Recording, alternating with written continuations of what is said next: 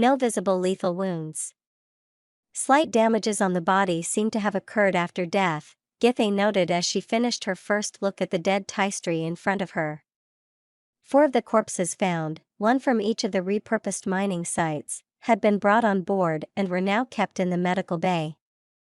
The other 3 showed equally little as the first one, but since the Tystri were an endoskeletal species, that alone didn't rule out death by force. In other words, it was time to look at the details. The first course of action was to take blood samples from each of them. The state of decay varied between the bodies, but not by much. The oldest of them might have died about 30 days ago, though that was only a rough estimate of hers. The tests would hopefully give her a better guess, but the conditions weren't exactly ideal. The Unifier was still a military vessel, and the medical bay was first and foremost equipped to treat wounded soldiers, in other words, Vannery. Most of the available instruments there weren't reliable when used on other species, if applicable at all. If only she had access to her own office back on Homie, she'd have more options. She took 3 samples per body, labeled them, and then put 2 of each in the freezer to properly analyze them when they got back. Of the rest, she put a bit into the blood analysis system, and the machine worked for a while, before displaying an error message. Unfortunate, but Githe had already expected this would happen. Just like the rest, the analyzer on board was calibrated for Vannery, so it automatically tried to isolate the contents of Vannery blood, which it couldn't. She had hoped that it would still display the things it could find, but apparently not. She walked over to the exit and knocked at the door leading into the hallway. "Yes, doctor," the soldier outside called without opening. "Just to confirm, I don't think it would be allowed for one of your engineers to come in and change the programming of one of the machines, right?" "Correct, doctor. No changes that go against protocol may be made to the equipment outside of emergency cases. I thought as such." "Thank you." While the situation was strange, it was no emergency. She went back to the first corpse and began to cut open the torso. It was a bit difficult to get through the cycloid scales, but still a lot easier than it would be on an exoskeletal species. Once done, she noticed that this individual had 2 bone fractures in his torso. They didn't seem to be the cause of death, but they still looked recent. They couldn't have happened all too long before death. The next step was to take a look at the respiratory system. First, she opened the throat. The tissue itself showed slight damage, but nothing big, though her overlooking something wasn't impossible. Githe knew more about alien species than most Vannery physicians, but far from everything. What she did notice, however, were some dark, gooey concretion that definitely didn't belong there. Further examination showed that it seemed organic, so it wasn't dust breathed in inside the mine. Or at least not only that. She then removed some structural bones from the torso so she could get to the main respiratory organs. Then, her eyes widened in shock. When Silvani awoke, she was more groggy than normal and was tempted to just go back to sleep. It was unusual for her to wake up in such an undignified manner. Maybe some vestiges of the medicine were still showing their effect. Still, as much as she didn't want to admit it, the stronger pain medication had done wonders. She hadn't slept this well ever since she had broken her arms. Or, if she was completely honest, she hadn't slept all that well in the days leading up to the incident either. Good enough to function and fulfill her role, sure, but it had been a while since she had felt truly rested. She also felt pretty hungry. Slowly waking up fully, she sat up and pressed a button on the nightstand. It didn't take more than 2 tigs for an attendant to open the door and enter with a bow. "You called, Your Highness?" "Yes." "How long have I slept?" "A bit over a full day, Your Highness." "A day? The medicine was only supposed to make me sleep through the night." "Was I that sleep deprived?" "I see, thank you." "Have something to eat brought and then help me get dressed so I can get back to the bridge." The servant bowed and did as ordered. Soon after she was clothed, the meal arrived. "By the way, Your Highness, when should we begin to prepare our ship for the journey back?" he asked while she ate. What do you mean? You see, Your Highness, we departed in a hurry and didn't expect to stay here over a prolonged period. Our supplies will soon run out. Yes, I know. She already had that conversation with her uncle, after all. So? We can use the Unifier's supplies. It's not like the handful of people we brought will make a difference. According to the Admiral, we still have about 10 days like this. We do, yes, the servant clarified. But Lady Nadine doesn't. The same goes for the prisoner, though this is her homeworld, so I guess we could get food for her from the planet if need be. Apologies, I thought you had already been informed. She hadn't, but honestly, she should have realized it herself. Nadine needed specific things the fleet couldn't provide her with, the most important thing being the nutrient powder for her water. Unpurified water, of which they didn't have a lot to begin with. How much do we have left? If we put aside what we need for the way back, enough for maybe 2 or 3 days. But only if we travel on our own. The fleet as a whole won't be able to move as fast. That wasn't a lot. Nadine was arguably the person on board. Being here was most important too, yet she had to leave the earliest. Hopefully, they would soon find something. Maybe something that would demand an earlier return anyway. I see. Then see that the ship is fueled and ready to depart. I'll give you further information later. Silvani, understood, Your Highness. With another bow, he left. Silvani finished her meal in silence.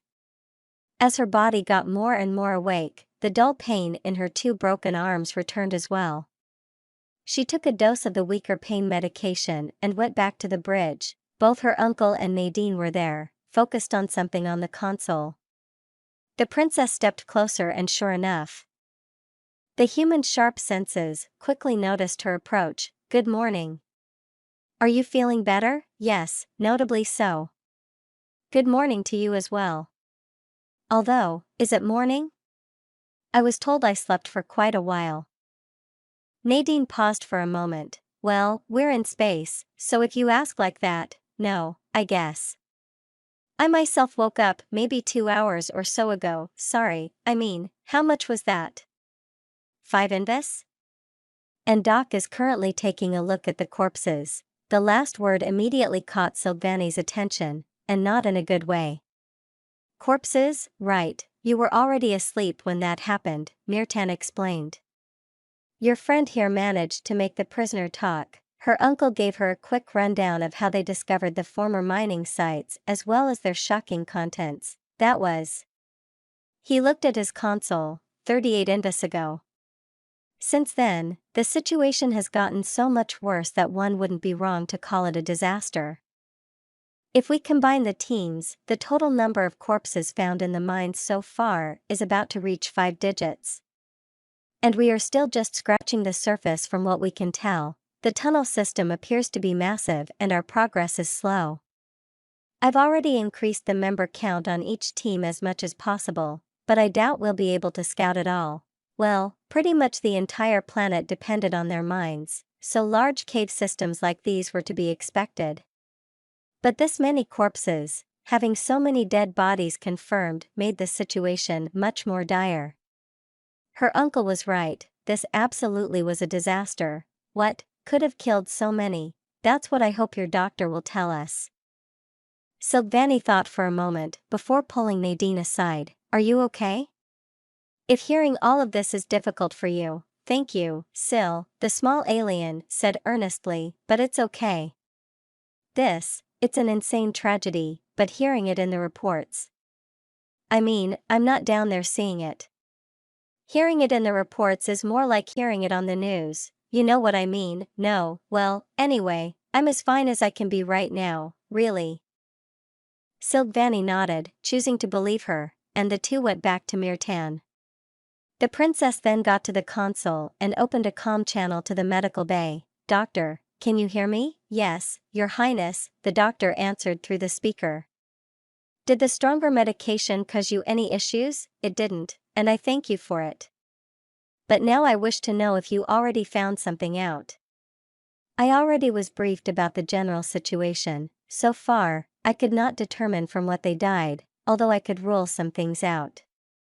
My equipment back on Homie might give us clearer results. But I do know how they died.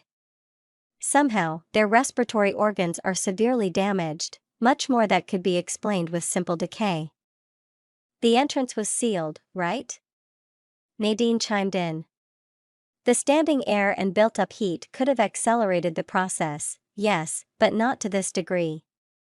I found comparable damages in each of them. I can say with relative certainty that this was the cause of death. But nothing I know could produce this result. Do you have at least an idea? Silvani inquired. If the same thing happened in 4 different places, it has to be a disease, right? An epidemic? Nadine suggested. That is the most likely explanation, yes. It shouldn't be an issue for us, but the Alliance still must be notified. I really hope this isn't another Black Death, the small alien murmured. What's that? The most devastating pandemic in our history. It happened in the Middle Ages, so we don't have an exact death count, but it's estimated to be up to 200 million. The bridge got quiet. Well, that will definitely not happen here, Mirtan finally said, because unless they multiplied massively since the last time we got data about them before their isolation, there aren't this many Taistri. To begin with, back on topic, the princess called out. My group must return as soon as possible. I need to take care of this. I concur, the doctor added. I need to examine the samples with equipment that isn't hardwired for Vannery. From the corner of her eye, Silvani noticed Nadine clenching her fists. It was clear that the small alien didn't like the idea of leaving now, but she didn't say anything. Nadine, I know how you she began before interrupting herself. Know what? How she felt? No, she didn't know how Nadine felt, there was no way she could. The small alien looked at her quietly, expecting her to continue, but she didn't and was thankful when one of the operators called for their attention. Admiral. The crew of the Countess Jarkian found another destroyed warship. Receive the report. I'll look at it in a TIG, Mirtan ordered before noting something down. That makes 5 Taistri ships. Still no fleet, but enough to reasonably assume an attack. There is one more thing, Admiral. They were able to identify the ship's signature, and it is in our system. Homie sold at the Taistri about 50 cycles ago. That made Nadine raise an eyebrow. Didn't the report of the first crash site also state that the ship was outdated? It did. The small alien thought for a moment before turning to the door. I'll go talk to her again. Maybe I can be at least a bit helpful before we go. She left, and this time, Silvani decided to follow, reaching the room where the former ambassador was confined. The princess opened, receiving a quiet stare from Kikla. But her eyes shot wide open as soon as she spotted Nadine, and she hastily asked. Did you find anything? No one alive, Nadine answered in a somber tone. It took Kikla a moment before she understood the insinuation. How many? She then inquired. Thousands and counting. She then paused, allowing the former ambassador to digest what she had just heard. Was there any severe disease going around when you left? No, nothing like that. Everything was normal when left, but that doesn't add up, Silvani pointed out. Isn't that way too short of a time frame? She was no doctor, but that seemed way too extreme for a disease that seemingly came out of nowhere. The ship I came in isn't very fast, you can easily double that period. Wouldn't they have notified you to warn you if you were still in the system? Kikla showed an expression that Silvani had seen all too often during negotiations, the face of someone who had just slipped up. The relay station, Nadine concluded, not seeming very surprised. It was already offline when you left, wasn't it? And if it was, what would you do with that knowledge? The small alien sighed. I already told you, I despise you, not your people. Your home seems to be experiencing a catastrophic tragedy, and I want to help. But for that, we need to piece together what happened here, and any piece of information can be useful. Fine. Yes, you are right. The station hasn't been online for quite some time. Are you out of your mind? Silvani burst out. Why? After the isolation, the only ships arriving were scheduled and therefore expected. We simply deemed it to not be necessary to maintain. Or, to be precise, Nadine added, maintenance became too expensive. A long pause followed in which Kikla went through a myriad of expressions, but in the end, she slumped in resignation and sat back against the wall. So you knew. What gave it away? I had a hunch, but little things added up over time. Your minds are empty, aren't they? Yes. Kikla's voice barely had any strength in it as she answered. Ever since the isolation. Our predecessors saw no reason to take precautions for a time when they were no longer alive, and now we pay the price. A betrayal on our kind we can only stomach with the knowledge that they received the goddess's judgment for it, and the reason you tried to kill us. I couldn't allow you to find out. With this revelation, things suddenly clicked for Silvani. In hindsight, there had been hints, but a lie on this scale simply had seemed too out there. Was it Nadine's outsider perspective that allowed her to see past it? Then, the missing fleet, the Taistri shrugged. I mean, if you want to call 5 ships a fleet, Irawas got further and further away as the ship, Githey noted that she still didn't know its name, left the communications range of the fleet. They flew at full speed again, so they could reach Homie as fast as possible. Before they left, she had shared all of her findings with the fleet's doctors, just in case. Additionally, Kikla had apparently also told the Lord Admiral some more things after Nadine had talked to her again. The former ambassador was currently held on one of their escort ships on Githey's suggestion, since unlike them, she absolutely was at risk of infection. The doctor had of course disinfected herself, and all samples she took with her were frozen. But there was always a risk. After they departed, she also briefed the princess on everything she had found out after they talked through the speaker. There wasn't much, but she had found some microbes through the microscope, confirming the suspicion of an epidemic. Further tests back home would hopefully tell her more. Nadine didn't leave her room much during the travel, and the princess suggested that she probably needed some time alone. However, after Nadine didn't leave her cabin at all for 2 days in a row, they grew worried and Githey decided to check up on her. Neither her knocks nor her calls were answered. Perturbed, she opened the door and found the alien girl in her bed, breathing heavily. Nadine. She quickly rushed to her side. The human quietly grumbled. Oh, hey document. Why didn't you knock? She talked very slowly and quietly, and her voice sounded a bit different somehow. The doctor also noticed some mucus running out of her nose. I did. What is wrong? No biggie, I just caught a cold. Or are we already in flu season? The way she talked didn't sound like she was in a clear state of mind right now. Nadine, stay with me. What are you talking about? Why are you so red? Just a fever. When I get sick, my body heats up because the illness can't survive that heat, and, you can? Could the heat possibly be the reason why she seemed delirious? Well, the system's a bit buggy. What? The small alien gave a weak chuckle, similar to the time when she had her hangover. Duh. I'm kidding. Kinda. As long as it stays under 40, I'm fine. A cough shook her body. I just need to drink a lot of water. And a wet towel for my forehead would be nice. I need a wet towel. Quickly. She shouted into the hallway, and shortly after, a servant rushed in and gave it to her. Okay, what else do you need? Air. No idea what they put in cold medicine. Sleep, I guess. And tissues. Oh, do we still have meat? Maybe. I'd need to check. If we have, boil that in water for a while. Not exactly chicken broth, but the closest we're gonna get. I'll have it done at once. Nadine rolled her eyes. Doc, relax, both common cold and flu are normal to catch occasionally. Though getting the flu can go south if you're unlucky. Normal? Yeah, flu has a high mutation rate and can't be eradicated, so we constantly get new variants. Nadine think.